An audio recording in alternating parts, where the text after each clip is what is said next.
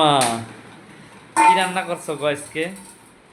হ্যাঁ, অনেক ক্ষুধা লাগছে, কতদিন যে খাই না, মনে হচ্ছে 1 মাস খাই না।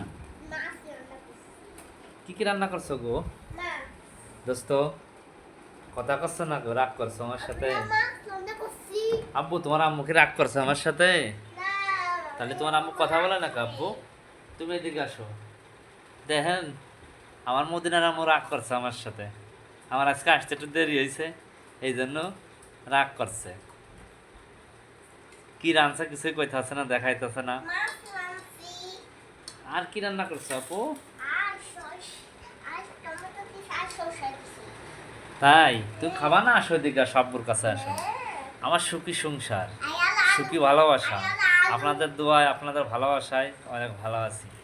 হ্যাঁ আব্বু, আব্বু গো, তোমার আমার রাগ করছে কেন আমার সাথে গো আব্বু? হ্যাঁ আব্বু, তোমার মারা একটু বোঝাও না আব্বু। তাই জন্য আমি তো অফিস থেকে আসতে দেরি হয় বাবু, রাস্তায় যে আসা লাগে, অনেক সময় লাগে।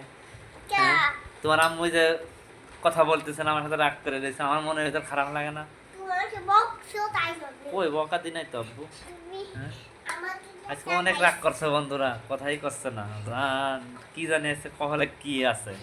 হ্যাঁ, আল্লাহ জানে কি আছে আব্বু কপালে।